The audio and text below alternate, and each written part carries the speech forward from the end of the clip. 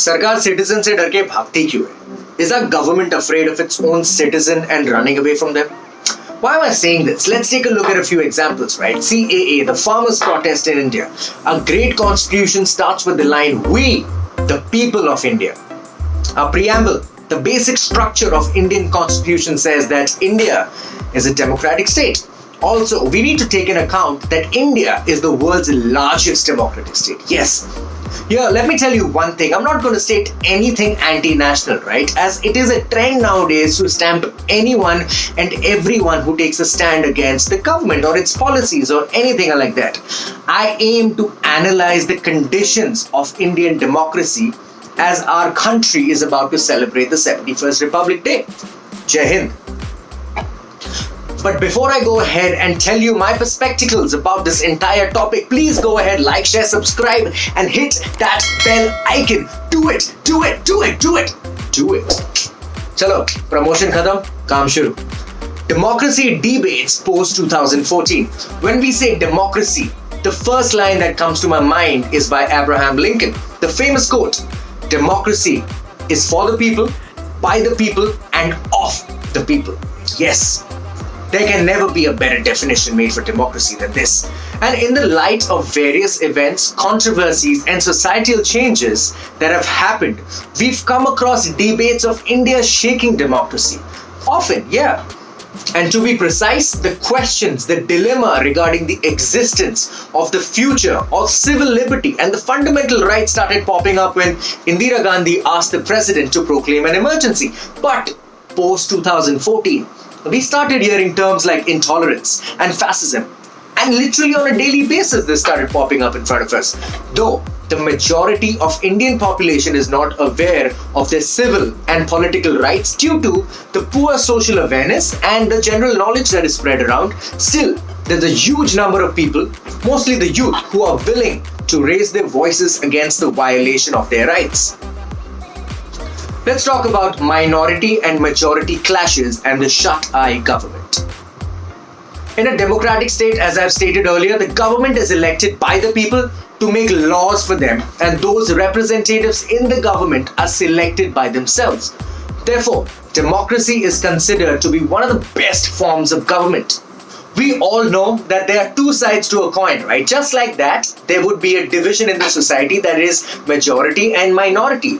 This majority and minority differences could be based on anything, literally anything, whether it be factors like religion, wealth, political opinion, or whatever. And this division is the basis of changing government in every election. And the governments that are formed by gaining votes of the majority here, government should understand one thing, that democracy is not about making laws for the majority. It also means protecting the minority, right? And they shouldn't be partial towards them. Let's talk about social media revolutions. Interesting. Legal and social literacy is still not up to the mark in India. Yeah. And before this, it was even worse. And during those days, few or only a few privileged ones got to know about the latest developments of the society on newly implemented laws. Therefore, there were laws that were very contradictory to many positive factors. Still, protests were very, very, very few. And in the current scenario, it's very different. This generation communication is accessible like this, instantly, and it helps in spreading awareness and happenings very quickly and develops very quickly, and people get to know about what's happening with facts and sometimes fake news as well. Fake news spreads quicker than facts. So yeah, WhatsApp University, I'm talking to you guys.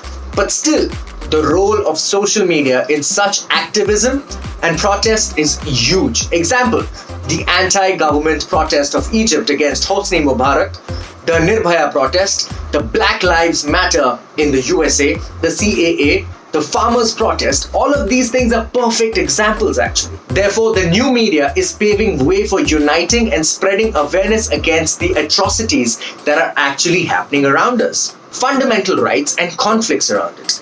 India, being a democratic state, gives the right to its people for protesting peacefully. Peacefully, yes. And also the right to criticize the government. Yes, we do have this right. But this does not mean you can go out and say anything and call it the freedom of speech. That's not what I'm talking about. So always remember, These are the rights given to us as citizens, and we have them. We have the right to exercise them, keeping reasonable restrictions in mind. And therefore, when its citizens are exercising this right in a permitted manner, the way of stamping them as anti-national cannot be digested. It's kind of barbaric, don't you think so? Also, we need to understand the Republic Day parade that we conduct every year is to celebrate the birth of a constitution which gave us many statuses and privileges of being called democratic, socialist, secular, and republic state. Conclusion. What are my perspectives towards this? A healthy democracy requires a decent society. It requires that we are honorable, generous, tolerant, and respectful. And here, I'd like to quote a famous line by Dr. Martin Luther King Jr. Where do we go from here? That capitalism fails to realize life is social. Communism fails to realize that life is personal. The good and the just society is a socially conscious democracy that reconciles the truth of individualism and collectivism. Democracy is when people keep a government in check. That's right. Democracy feeds on the argument, on discussion as the right way forward. This is the reason why respecting opinions of others belongs to democracy. All I have to say is that the government should understand the last line that I just said before this, right? And that's all that I want to say. And to conclude, I would want to say a man's capacity for justice makes democracy possible. But a man's inclination towards injustice makes democracy necessary. Anyhow, happy Republic Day. Jai Hind. I'll see you next week.